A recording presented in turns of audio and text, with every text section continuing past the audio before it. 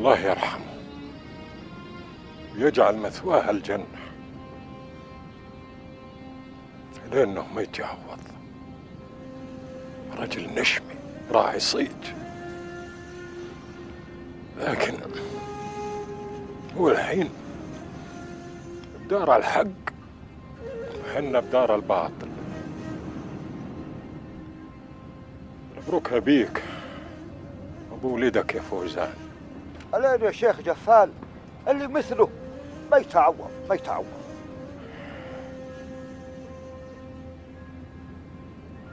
الخلف ما مات، كلنا على هالدرب. يا شيخ جفال، أنت لك عند حسنة طول الزمان، بارك الله بك. هداك الله. وش اللي تقوله يا فوزان؟ ما لي عندكم شيء.